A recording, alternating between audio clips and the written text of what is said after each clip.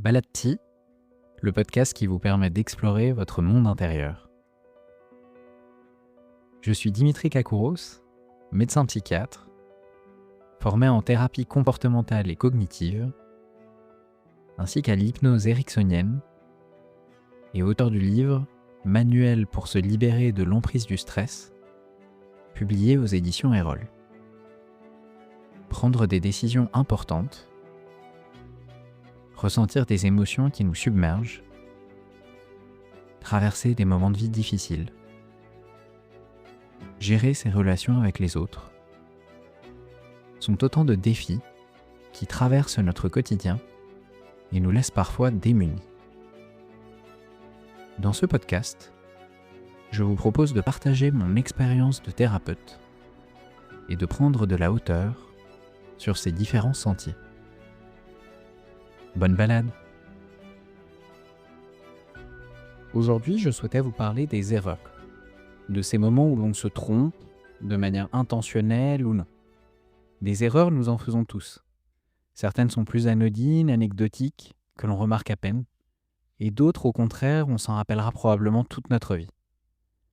Et ça nous mène potentiellement à du regret. Mais finalement, pourquoi les fait-on ? Que faire des sensations désagréables qui en découlent ? Faut-il forcément rechercher le pardon ? Ce sont toutes ces questions que nous allons explorer ensemble pour essayer de trouver une voie qui nous convient. Pour commencer, à quel moment commence une erreur en fait ? L'erreur a cela de paradoxal que pour un même geste effectué à un moment et à un temps donné, elle devient erreur ou non selon le contexte. Lorsque je me dispute avec quelqu'un parce que je suis en désaccord, est-ce une erreur ? Pour certains, oui, et pour d'autres, non. Lorsque je change de métier, de maison ou de relation sur un coup de tête, est-ce également une erreur ? Là encore, difficile de savoir en avance. Pourtant, d'autres décisions sont plus unanimement considérées comme des erreurs. Si je prends l'exemple de créer un accident de la route ou blesser quelqu'un, le plus souvent, ce sera une erreur. Une sorte de geste non intentionnel qui aura occasionné du tort à l'autre. Dans tous les cas, ce qui caractérise l'erreur, c'est bien une certaine zone grise. Des limites qui peuvent parfois être floues ou subjectives, et quelques petits cas où on est globalement tous d'accord pour dire que là, ok, il y a erreur.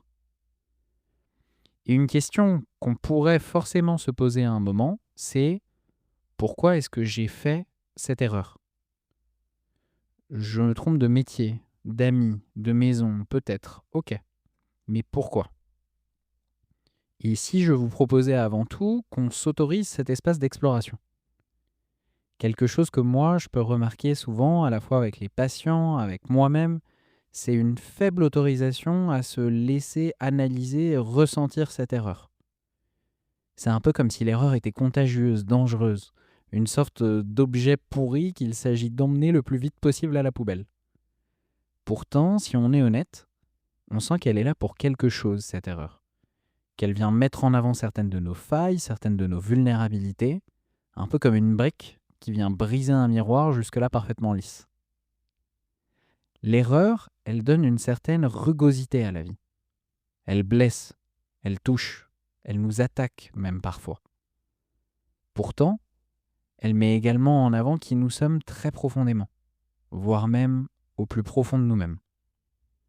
Lorsque je me trompe de maison, d'amis ou de travail, en fait, si on est honnête, c'est rarement totalement un hasard. Ça va être le fruit de mon histoire, de mes expériences, de mon éducation qui m'ont mené au mauvais choix de manière plus ou moins intuitive. Accepter de faire une erreur, c'est donc accepter d'une certaine manière cette part de vulnérabilité et d'exploration intérieure, qui va être à la fois dangereuse, mais aussi potentiellement salvatrice parce que c'est un guide pour la suite, pour nous. Et en pratique, comment accepter et explorer le pourquoi de ces erreurs ? Là, j'ai l'impression qu'une piste, une première étape, nous sommes déjà en train de la faire ensemble, en s'autorisant à en discuter, et justement en n'évitant pas cet espace de parole, cet espace d'échange, en lui laissant de la place en somme. Peut-être qu'une deuxième étape serait de s'autoriser à ressentir les émotions associées à cette erreur.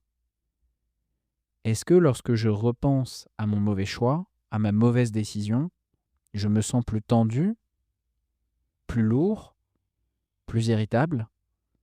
Est-ce que je ressens de la colère, de la tristesse ou de la peur? Bref, qu'est-ce que ça me fait quand je repense à cette erreur? Prenons le temps de l'autoriser à l'extérieur comme à l'intérieur. À l'extérieur en discutant avec nos proches, mais aussi à l'intérieur en laissant de la place aux ressentis et aux émotions. Puis, dans un troisième temps, peuvent venir d'autres éléments plus réflexifs. Par association d'idées, on pourrait se dire « Pourquoi est-ce que moi j'ai fait cette erreur à ce moment donné ?»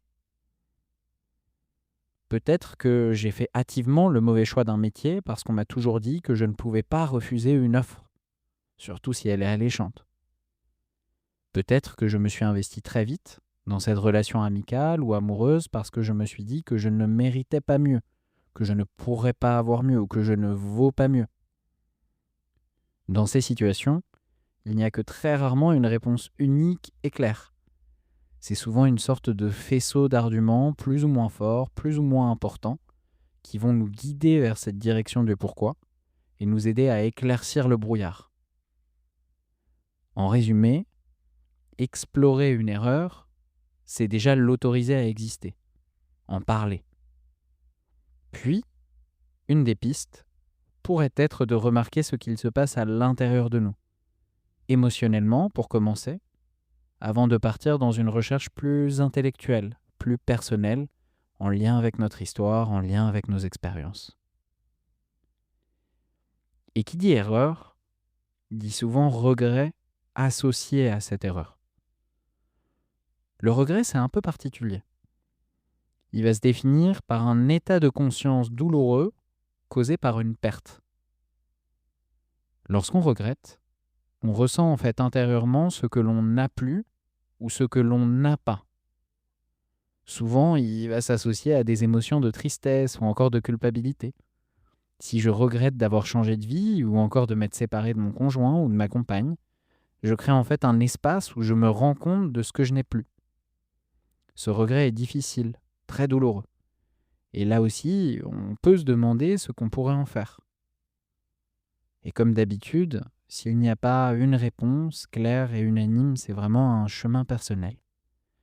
Peut-être qu'une des possibilités serait de tenter d'inverser la tendance, de le voir d'un autre œil, de l'autre côté de la glace. Mais de quoi parle-t-on finalement exactement quand on dit ça? En fait, une question qu'on pourrait se poser, c'est quand même si l'on ne regrette pas avant tout des choses qui comptent pour nous. Plus précisément, est-ce que lorsqu'on regrette quelque chose, ça ne vient pas mettre en avant que cet élément disparu ou dissipé était important? Lorsque je regrette de ne pas avoir suivi un de mes rêves, que ce soit un voyage ou un mode de vie, est-ce que cela ne vient pas expliciter un élément primordial non identifié auparavant, tel que peut-être une soif de liberté, de découverte, d'exploration qui n'a pas été assouvie? Lorsque je regrette de ne pas avoir eu d'enfant, qu'est-ce qu'il me manque? Une convivialité? Un échange? Un partage? Une transmission peut-être? Et de la même manière, lorsque je regrette d'avoir trop travaillé toute ma vie, de quel élément important suis-je en fait passé à côté sans m'en rendre compte? En fait, un regret, c'est une sorte de blessure ouverte qui nous met à nu. S'il est douloureux, il reste le reflet d'une couche plus profonde de nous-mêmes qu'il peut être potentiellement important, intéressant à aller explorer. Et lorsqu'on parle d'erreur et de regret, une autre question peut vite arriver. C'est celle du pardon. Si j'ai fait l'erreur de laisser la peur guider mes choix toute ma vie, ou encore si j'ai laissé passer un certain nombre de relations importantes, je ne vais le plus souvent pas pouvoir revenir en arrière. Ce qui est fait, et pour le coup malheureusement on le sait tous. Chaque instant qui passe, au moment où il est vécu, devient déjà du passé. Mais comment faire dans ce contexte? Et est-il vraiment important de pardonner, que ce soit d'ailleurs nos erreurs ou celles des autres qui ont pu potentiellement nous causer du tort? Si là aussi il n'y a aucune réponse unanime, peut-être que nous pourrions explorer ensemble plusieurs pistes. Déjà, pardonner dans quel but? Pour certains, le pardon peut aider à avancer, progresser, intégrer les différents événements vécus pour s'autoriser à avancer. Pardonner une erreur commise dans l'éducation parentale peut par exemple être extrêmement libérateur.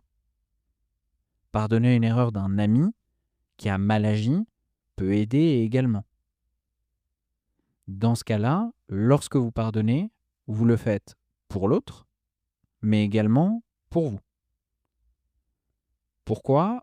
Parce que c'est avant tout vous qui ressentez de la colère, du rejet ou d'autres sensations désagréables, même si vous n'êtes pas directement responsable de cette erreur. Pourtant, le contre-exemple est tout à fait envisageable également. Le pardon est parfois d'ailleurs tout bonnement impossible ou inacceptable. Une personne qui vous a fait du mal physiquement ou à un de vos proches, même si elle vous dit que c'était une erreur, est-ce qu'elle mérite ou non forcément le pardon? Peut-être ou peut-être pas, si on est honnête. En tout cas, si le pardon peut aider, il s'agit avant tout d'un chemin personnel à explorer et dont la résultante sera toujours très variable, très individuelle. Là, nous venons d'explorer les erreurs des autres. Mais finalement, qu'en est-il des nôtres? Est-ce que l'on peut et est-ce que l'on doit tout se pardonner? Moi, j'entends au quotidien de nombreux patients qui peuvent évoquer l'impression d'avoir laissé trop de côté leur vie personnelle au profit du travail ou de l'ambition. D'autres vont me dire régulièrement être passés à côté de relations importantes par peur ou par égoïsme. Que faudrait-il faire lors de ces situations où il n'y aura le plus souvent pas de retour? Et est-il vraiment envisageable de se pardonner? Là aussi, s'il n'y a aucune réponse vraie, une exploration du pardon personnel me paraît importante. Pourquoi? Parce que cette bienveillance vous permettra probablement de changer à l'avenir tout en acceptant ce que vous ne pourrez pas changer dans le passé. En fait, oui, ces relations, ces projets, ils sont passés et ils vont pas réapparaître. On les rattrapera pas, on rattrapera pas le temps perdu. Pourtant, notre vie, elle n'est pas finie pour autant. Et il est possible de créer autre chose, de se rendre compte que ces projets, que ces relations qui comptent, peuvent se créer à l'avenir, justement parce que nous avons mis le doigt dessus. Un pardon personnel peut devenir, au-delà d'une excuse personnelle, quelque chose de salvateur, quelque chose qui va nous transformer. En fait, il peut se transformer en une sorte de nouveau chemin à suivre à l'avenir, une opportunité pour un avenir différent et plus proche de ce que vous souhaitez, vous, réellement. Et enfin, un dernier point de réflexion me paraissait important à évoquer ensemble autour de l'erreur. C'est que finalement, l'erreur, elle est quand même très humaine. Ce que je veux dire par là, c'est que nous faisons tous des erreurs. Nous en ferons à nouveau et je ne pense pas que nous ne connaissons quelqu'un qui n'en a jamais fait ou qui n'en fait jamais ou qui n'en fera jamais. Du coup, qu'est-ce qu'on pourrait finalement en déduire d'autre que le fait que nous passerons de toute façon par cette voie, que nous le souhaitions ou non? L'erreur, elle est comme un mauvais trajet pris après des heures de voiture. Un mauvais arrêt parce que nous n'avons pas fait attention dans le train. Nous ne pouvons pas l'éviter continuellement, et nous en ferons tous. Mais est-ce pour autant si grave ? Faut-il continuer à se blâmer continuellement d'un mouvement qui de toute façon aura lieu, comme la gravité avec un objet qui tombe ? Que se passerait-il si nous autorisons un autre regard, celui des possibilités multiples, celui d'une vision plus nuancée ? Que se passerait-il si au lieu de se dire que nous ne ferons pas d'erreurs par la suite, nous nous disions de faire des meilleures erreurs ? Des erreurs où nous apprendrons, des erreurs où nous grandirons, où nous comprendrons mieux, tout en les acceptant. Que se passerait-il si chaque arrêt raté était l'occasion de découvrir une nouvelle ville ? Je sais que ce point de vue peut paraître assez idyllique, voire idéalisé, et très dur à réaliser lorsqu'on traverse les conséquences de nos arrêts ratés, de nos arrêts manqués. Pourtant, si on est honnête, ne l'avons-nous pas tous déjà testé au cours de notre vie ? Ne vous est-il jamais arrivé de faire une erreur et par la suite de vous dire « Ah, sans cela, je n'aurais jamais découvert autre chose ». L'erreur est rugueuse, dure, éprouvante, mais également humaine et parfois profitable. Donc oui, faisons des erreurs puisque nous ne pourrons pas les empêcher, mais je vous propose de les agir pour mieux grandir ensemble. En tout cas, j'espère que cet épisode vous a plu. Je vous invite à le noter, à vous abonner ou encore à laisser des commentaires. Ils sont très importants pour moi pour m'améliorer. Et de mon côté, je vous dis à bientôt.